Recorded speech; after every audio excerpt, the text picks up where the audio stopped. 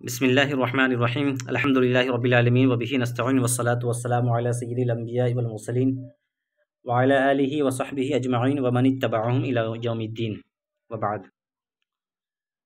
باب العلم انواریہ educational society اور جامعہ انواریہ حیدرآباد کے زیر اہتمام مشکوٰۃ المصابیح کے درس کا سلسلہ جاری ہے۔ آج باب الوسوسہ کی فصل ثانی مراب پڑھنے جا رہے ہیں۔ فصل ثانی کی حدیث نمبر فرسٹ حضرت ابن عباس رضی اللہ تعالیٰ عنہ سے مروی ہے اور مشکوٰۃ المصابیح کی حدیث نمبر 73 کے الفاظ یہ ہیں: عن ابن عباس ان النبی صلی اللہ تعالیٰ علیہ وسلم جاءہ رجل فقال۔ حضرت ابن عباس رضی اللہ تعالیٰ عنہ بیان کرتے ہیں کہ اللہ کے نبی صلی اللہ تعالیٰ علیہ وسلم کے پاس ایک شخص حاضر آیا۔ جاءہ رجل، ایک شخص آیا، فقال، اور عرض گزار ہوا، انی احدث نفسی بالشیء، میں اپنے دل میں کچھ ایسی باتیں پاتا ہوں، لأن اکون حمامۃ، کہ میں کوئلہ ہو جاؤں، احب، یہ میں زیادہ پسند کرتا ہوں، الیہ من ان اتکلم بہ، اس بات سے کہ میں اس وسوسے کو اپنی زبان سے ادا کروں۔ پہلے لغوی وضاحت دیکھ لیں۔ اس میں ایک لفظ حمامۃ آیا ہے۔ حمامہ ہا پہ ضمہ اور دونوں میم پہ فتحہ، اس کا معنی ہوتا ہے کوئلہ۔ حمامتن کی جمع ہے حمم۔ مطلب یہ ہے کہ جو وسوسے اور جو برے خیالات میرے ذہن و دماغ میں آتے ہیں، اس کو میں اپنی زبان پر لانے سے بہتر محسوس یہ کرتا ہوں کہ میں خود کو کوئلہ ہو جاؤں، جل کر خاک ہو جاؤں، جل کر نیست و نابود ہو جاؤں۔ میرے لیے جل کر نیست و نابود ہو جانا یہ زیادہ بہتر ہے بنسبت اس بات سے کہ میں ان وسوسے کو اپنی زبان سے ادا کروں۔ ترجمہ پھر سے دیکھ لیں۔ انی احدث نفسی بالشیء لأن اکون حمامۃ احب الی من ان اتکلم بہ۔ اتکلم بہ، اس کا تکلم کرنا، زبان سے اس کو ادا کرنا۔ کہ میں اپنے دل میں کچھ ایسے خیالات پاتا ہوں، یا میرے دل میں کچھ ایسے خیالات پیدا ہوتے ہیں کہ جس کو زبان سے ادا کرنا، من ان اتکلم بہ، کہ جس کو زبان سے ادا کرنا، جس کو زبان سے ادا کرنے کے بنسبت کوئلہ ہو جانا، حمامتن، کوئلہ ہو جانا، احب الیہ، میرے نزدیک زیادہ پسند ہے۔ ترجمہ میرے خیال سے واضح ہو گیا ہوگا کہ میرے دل میں کچھ ایسے خیالات پیدا ہوتے ہیں کہ جسے زبان پر ادا کرنے کی بنسبت، جسے زبان سے بولنے کی بنسبت مجھے کوئلہ ہو جانا زیادہ پسند ہے۔ قال، تو آپ نے فرمایا، الحمدللہ الذی رد امرہ الی الوسوسہ، تمام تعریف اس اللہ رب العزت کے لیے ہے جس نے اس کے معاملے کو وسوسے کی طرف پھیر دیا۔ کیا مطلب اس کا؟ یعنی اللہ رب العزت کا لاکھ شکر ہے کہ جو کام یہ زبان سے ادا کر، جو لفظ یہ زبان سے ادا کر سکتا تھا، جو کام یہ کر سکتا تھا، اللہ نے صرف اسے وسوسے کی حد تک ہی محدود کر دیا۔ وسوسے کے آگے کا جو پروسیس ہے، آگے کا جو مرحلہ ہے، وہاں تک اللہ نے اسے نہیں پہنچایا۔ تو اس کے جو معاملات ہونے والے تھے، اللہ نے وسوسے کی شکل میں اس کو بدل دیا، معاملہ انجام تک نہیں پہنچا۔ اس لیے اللہ کے پیارے حبیب صلی اللہ علیہ وسلم نے یہ سن کر اللہ کا شکر بجا لایا۔ ظاہر سی بات ہے، وسوسہ پہ تو پکڑ ہوتی نہیں ہے، اور وسوسے کے بعد جو پریکٹیکلی مرحلہ آتا ہے، عملی اس طور پہ اس کام کو انجام دے دینا، اس پر تو گرفت ہوتی ہے۔ تو اللہ کا شکر بجا لایا گیا اس بات پر کہ جو امر، جو معاملات ہو سکتے تھے، اس معاملے کو وسوسے کی شکل میں تبدیل کر دیا گیا اور انجام تک نہ پہنچایا گیا۔ اس لیے اللہ کا شکر ادا کریں۔ حدیث نمبر 74، عن ابن مسعود رضی اللہ تعالیٰ عنہ قال، قال رسول اللہ صلی اللہ تعالیٰ علیہ وسلم، ان للشیطان لمۃ بابن آدم وللملک لمۃ، فاما لمۃ الشیطان فایعاد بالشر وتکذیب بالحق، واما لمۃ الملک فایعاد بالخیر وتصدیق بالحق۔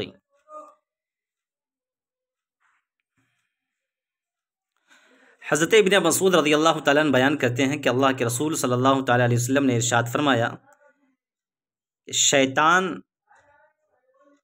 ابن آدم یعنی انسان کے لیے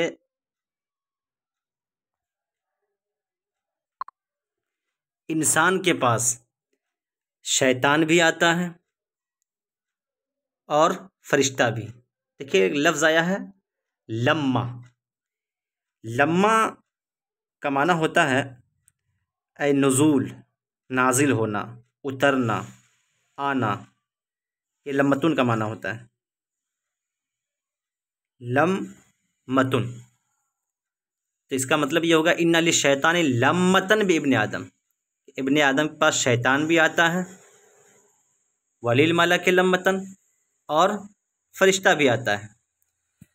فاما لمت الشیطان، رہا شیطان کا آنا، شیطان کا نازل ہونا، شیطان کا اترنا، شیطان کا آنا. فإعاد بالشر وتکذیب بالحق، جب شیطان آتا ہے تو وہ شر اور برائی پر آمادہ کرتا ہے. ایعاد کا لفظ آیا ہے. ایعاد کا معنی ہوتا ہے لانا. وعید کے معنی بھی آتا ہے، یعنی برائی کا وعدہ دلاتا ہے یا برائی کی طرف آمادہ کرتا ہے. وتکذیب بالحق، اور حق کی تکذیب کرتا ہے.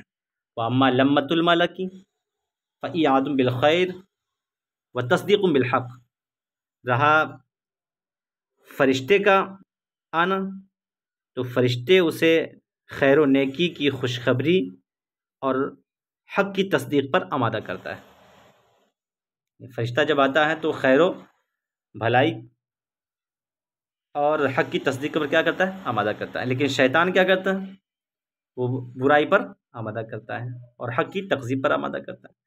فمن وجد ذالک، تو جو ایسا محسوس کرے، جو اس طرح کی سچویشن پائے اپنے اندر، فلیعلم انہ من اللہ، تو یہ جان لے کہ اللہ کی طرف سے ہے. کون سی سچویشن؟ یعنی بھلائی پر ابھارنا، حق کی تصدیق کرنے پر جو ہے آمادہ کرنا. یہ ساری چیزیں اگر اپنے اندر محسوس کرے، فلیعلم، تو جان لے کہ انہ من اللہ، یہ اللہ رب العزت کی طرف سے. جب اللہ کی طرف سے آنے کا یقین ہو جائے، فلیحمد اللہ، فلیحمد اللہ، تو پھر وہ اللہ رب العزت کی حمد و ثنا بیان کرے. ومن وجد الاخری، اور جو دوسری چیز پائے، یعنی برائی پر آمادہ کرنے والی اور حق کی تکذیب کرنے والی چیز، فلیتعوذ باللہ من الشیطان الرجیم، تو وہ شیطان رجیم سے، مردود شیطان سے اللہ رب العزت کی پناہ طلب کرے. اس کی وجہ یہ ہے کہ تعوذ کی وجہ سے شیطان راہ فرار اختیار کر لیتا ہے. اس لیے جب بھی شیطانی وساوس یا شیطانی خیالات انسان اپنے اندر محسوس کرے، فوراً اللہ رب العزت کی بارگاہ میں رجوع لائے اور اللہ کی پناہ طلب کرے شیطانی رجیم سے. اب دیکھیں اس میں ذرا کہ شیطان یہ شر کی طرف آمادہ کرتا ہے. یعنی کہ اگر آپ کچھ خرچ کرنا بھی چاہ رہے ہیں اللہ کی راہ میں، تو شیطان یہ آمادہ کرے گا خرچ کرو گے تو تم محتاج ہو جاؤ گے، تنگ دست ہو جاؤ گے. یا اللہ کے راستے کا مسافر بننا چاہتے ہیں کچھ دنوں کے لیے، تو اولاد اور اہل و عیال کی فکر کے حوالے سے وہ پریشان کرتا ہے کہ تم باہر چلے جاؤ گے تو پھر اولاد کی پرورش کون کرے گا، اولاد کے بارے میں تربیت کون. اس طرح کے خیالات بار بار ذہن میں شیطان ڈالتا رہتا ہے. اور اس کے بجائے اگر اچھے خیالات ذہن میں آئے کہ ہمیں کچھ دنوں کے لیے خدا کی راہ کا مسافر بھی ہونا چاہیے، ہمیں اللہ کی راہ میں خرچ بھی کرنا چاہیے، اور اگر خرچ کریں گے تو اس کے بدلے اللہ رب العزت ہمیں اور نوازے گا، یہ فرشتے کی طرف سے ہوا کرتا ہے. ثم قرأ، پھر آقا کریم صلی اللہ تعالیٰ علیہ وسلم نے اس آیت مبارکہ کی تلاوت فرمائی. الشیطان یعدکم الفقر ویأمرکم بالفحشاء، شیطان تمہیں محتاجگی، شیطان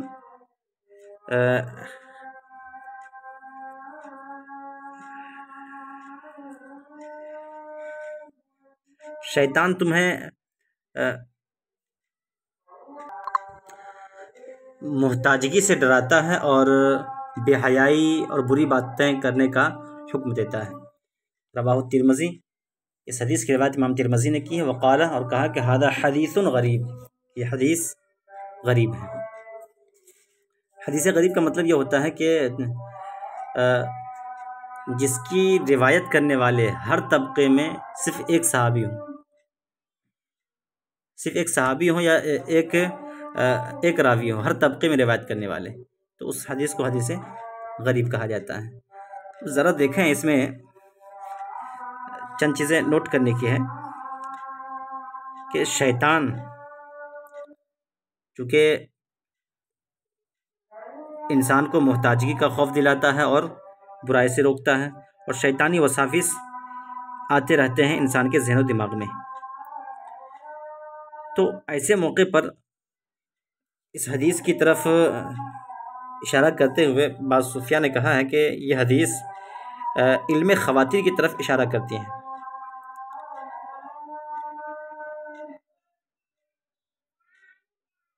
علم خواتین کا مطلب ہوتا ہے کہ وہ علم جو خیالات کی شکل میں، وسوسے کی شکل میں انسان کے ذہن و دماغ میں پیدا ہوتے ہیں۔ اہل علم اور صوفیاء کے یہاں جو خیالات ذہن و دماغ میں پیدا ہوتے ہیں وہ 4 طرح کے ہوتے ہیں۔ ایک ہے حقانی، دوسرا نفسانی، تیسرا ملکانی اور چوتھا شیطانی۔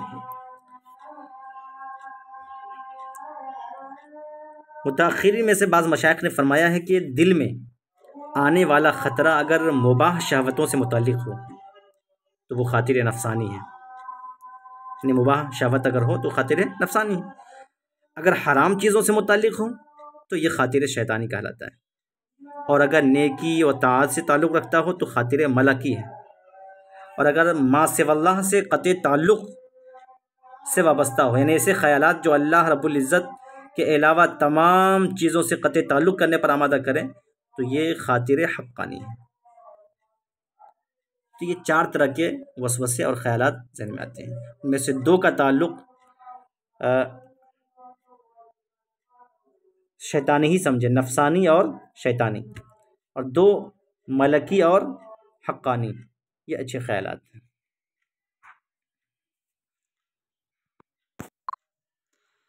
اب آ جائیں حدیث نمبر 75 پہ۔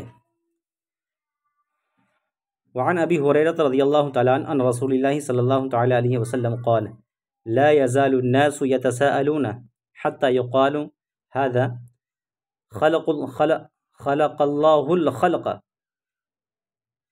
فمن خلق الله فإذا قالوا ذلك فقولوا الله الصمد فقولوا الله أحد الله الصمد لم يلد ولم يولد ولم يكن له كفوا أحد۔ حضرت ابو ہریرہ رضی اللہ تعالیٰ عنہ بیان کرتے ہیں کہ اللہ کے نبی صلی اللہ تعالیٰ علیہ وسلم نے ارشاد فرمایا، لوگ ایک دوسرے سے پوچھتے رہیں گے، سوال کرتے رہیں گے، لا یزال الناس یتساءلون، لوگ ایک دوسرے سے سوال کرتے رہیں گے، حتی یقال ھذا، یہاں تک ان سے پوچھا جائے گا، کہا جائے گا خلق اللہ الخلق، کہ اللہ نے پوری مخلوق کو پیدا کیا، پوری مخلوق کا خالق اللہ ہے، فمن خلق اللہ، پھر اللہ کو کس نے پیدا کیا، معاذ اللہ، فَإِذَا قَالُوا ذَلِكَ، تو جب وہ اس طرح کی باتیں کہیں، فَقُولُوا، تو تم کہو اللہ احد، اللہ ایک، اللہ الصمد، اللہ بے نیاز۔ دیکھیں یہاں پہ وسوسے انسان کے پاس ہر طرح کے آتے ہیں، ایک اگر عالم ہے تو عالم کے پاس جو وسوسہ آتا ہے وہ عالمانہ وسوسہ ہوتا ہے، صوفی ہے اگر تو صوفیہ کے پاس عاشقانہ وسوسے آتے ہیں، اور عام انسان ہے تو عام انسان کے پاس عامیانہ وسوسے آتے ہیں۔ ہر طرح کے وسوسے انسان کے لیول اور انسان کی حیثیت کے مطابق آیا کرتے ہیں، تو انسان ہر وقت متنبہ رہے کہ ہمیں ہر قسم کے شیطانی وساوس سے خود کو بھی محفوظ رکھنا ہے۔ تو جب اس طرح کا وسوسہ آئے کہ اللہ کو کس نے پیدا کیا، تو فوراً یہ سمجھ لو کہ اللہ احد، اللہ نے فرما دیا اللہ ایک ہے، بس اللہ ایک ہے۔ اس کے بعد اللہ الصمد، اللہ بے نیاز، اسے کسی چیز کی ضرورت نہیں، وہ کسی کا محتاج نہیں، ساری کائنات اس کی محتاج ہے۔ لم یلد ولم یولد، نہ اس کی کوئی اولاد ہے اور نہ اس کا کوئی ماں باپ ہے۔ ولم یکن لہ کفوا احد، اور اس کا کوئی شریک نہیں، یعنی توحید پر، اللہ کی وحدانیت پر یہ سب سے مضبوط اور سب سے عظیم دلیل ہے، مستحکم دلیل ہے۔ اللہ ایک ہے، نہ اس کا کوئی شریک ہے، کوئی شریک نہیں، نہ ابنیت کے اعتبار سے، نہ ولدیت کے اعتبار سے، کسی بھی اعتبار سے کوئی شریک نہیں، اور نہ ہی عبادت کے اعتبار سے۔ ثم لیطفل عن یسارہ ثلاثا، پھر اپنے بائیں جانب 3 مرتبہ تھوکے، اپنے بائیں جانب 3 مرتبہ تھوکے۔ ایک تفل کا معنی ہوتا ہے یعنی ایسی تھوک جو منہ سے نکلے تو کچھ اس کے ذرات بھی نکلے، یعنی منہ سے نکلنے والا ایسا تھوک۔ یطفل کا معنی ہوتا ہے تھوکنا، یعنی جب منہ سے نکلے تو کچھ تھوک بھی نکلے ساتھ ساتھ میں، ایسا نہ ہو کہ صرف آواز نکلے۔ اس کو ثم لیطفل عن یسارہ، پھر اپنے بائیں جانب 3 مرتبہ تھوکے۔ بائیں جانب کی صراحت اس وجہ سے کی گئی ہے کہ شیطان بائیں جانب سے حملہ کرتا ہے اور بائیں جانب رہتا ہے۔ 3 مرتبہ تھوکے۔ اس سے یہ سمجھ میں آتا ہے کہ تھوکنے کے سبب شیطان بھاگتا ہے، اور بعض صوفیہ نے یہ فرمایا ہے کہ اگر کوئی شخص صبح اور شام 21 مرتبہ پانی پر لا حول ولا قوت الا باللہ العلی العظیم پڑھ کر کے دم کر لے، اس کے بعد پیے، تو شیطانی وسوسے سے وہ محفوظ و معمول رہے گا صبح شام۔ اس سے یہ بھی سمجھ میں آتا ہے کہ تھوکنے کی وجہ سے شیطان کیا آتا ہے، بھاگتا ہے، اس لیے تھوکنے کا حکم دیا گیا ہے۔ اسی وجہ سے بعض صوفیہ کرام جب کسی کو دم کرتے ہیں کسی کے اوپر، کبھی کبھی تھوک بھی دیا کرتے ہیں۔ ان کا یہ تھوکنا اسی حدیث پاک سے ثابت ہے، شیطان کو بھگانے کے لیے۔ وَلْيَسْتَعِذْ بِاللَّهِ مِنَ الشَّيْطَانِ الرَّجِيمِ، اور شیطان رجیم سے اللہ رب العزت کی پناہ طلب کرے۔